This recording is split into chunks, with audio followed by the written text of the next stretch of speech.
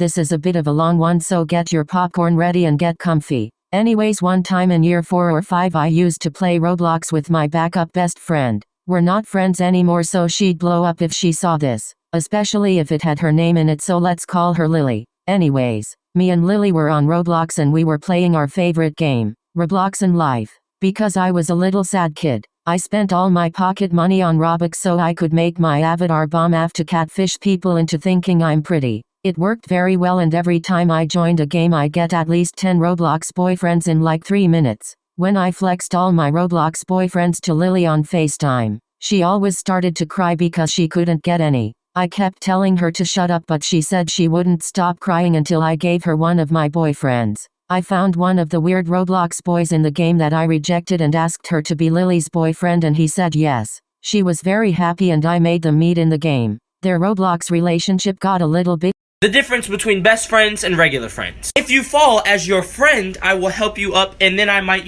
giggle or something. But as your best friend, if you fall, I am going to be crying laughing.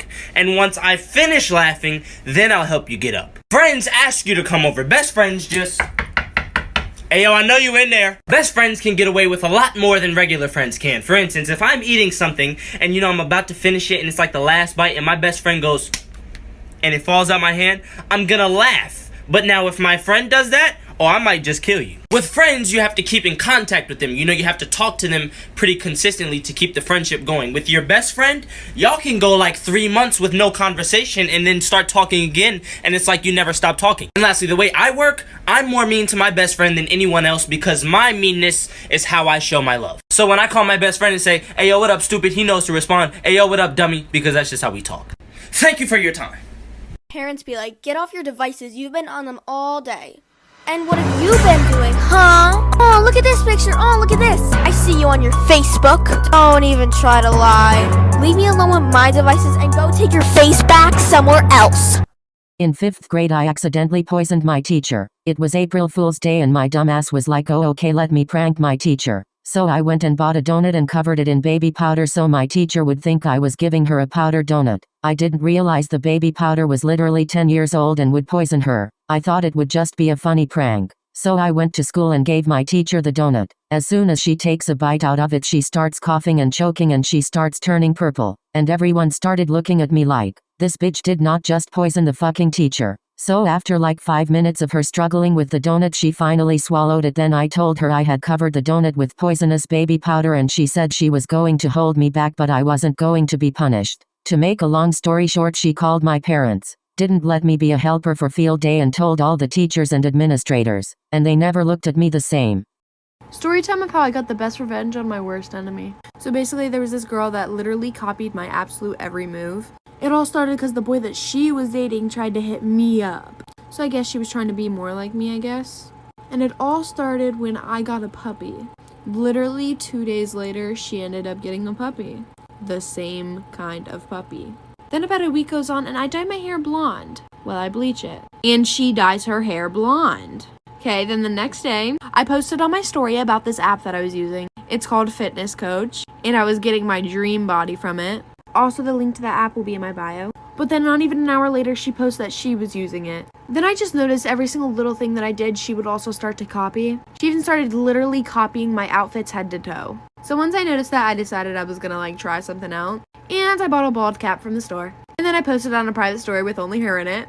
Ha, guess what happened 2 days later? I'm running out of time for part 2. Part 2, if I got the best revenge on my worst enemy. Continuing on with the story, after I got a bald cap and posted on my private story with only her in it, 2 days later, she shaves her head. So this is the time where I try to confront the girl. Because at this point, it's obvious she's trying to copy me. And after I confronted her about her trying to copy me, she then tried to say that I was the one trying to copy her. And then switch up the whole story. But for about months and months, she continued to copy me. And now here's where the story gets bad.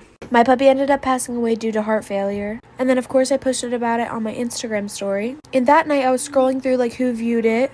And I see her little fake account.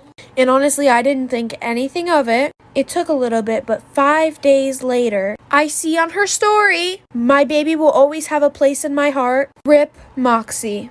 Oh, I named my dog Roxy, by the way. And that's the exact thing I put on my story. Exact words and everything. I don't know what she did with the dog, and honestly, I'm terrified to know. But after that, I blocked her on absolutely everything because I came to conclusion that she is crazy.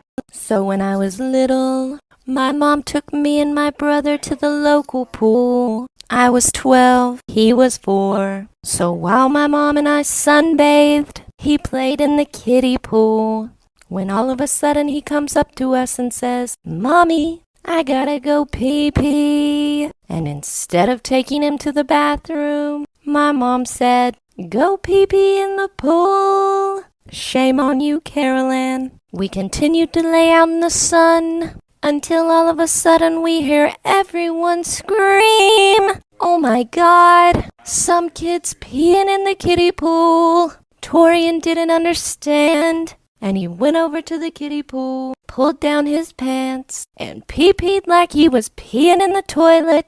But my mom is clever, and she pretended like she didn't know whose kid it was. And we never went back to that pool again.